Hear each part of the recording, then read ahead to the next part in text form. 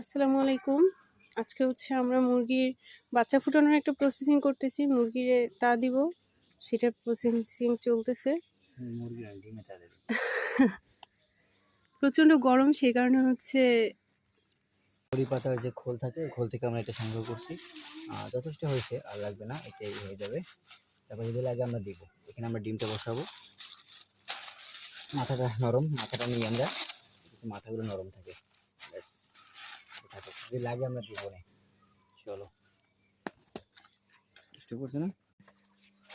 আপাতত আপাতত আমরা 3টা ডিম দিচ্ছি, প্রায় 20-25টা ডিম দিব। এখন মুরগির ডিম সংগ্রহ করা একটু মুশকিল হয়ে যাচ্ছে। মুরগির না, হাঁসের ডিম দিয়ে দিব আমরা।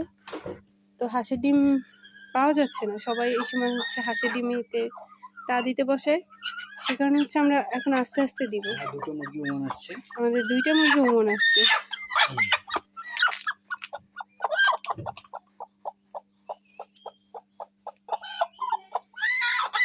বসে দেন।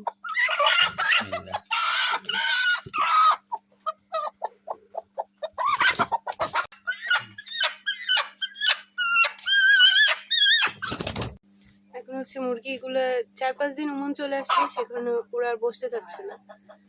এখন ওদের এই ডিমের উপর দিয়ে ঢেকে রাখতে হবে, 10-15 মিনিট ঢেকে রাখলে ওরা আবার এটা অ্যাকসেপ্ট করবে। এভাবে নিয়ে বসে, এভাবে।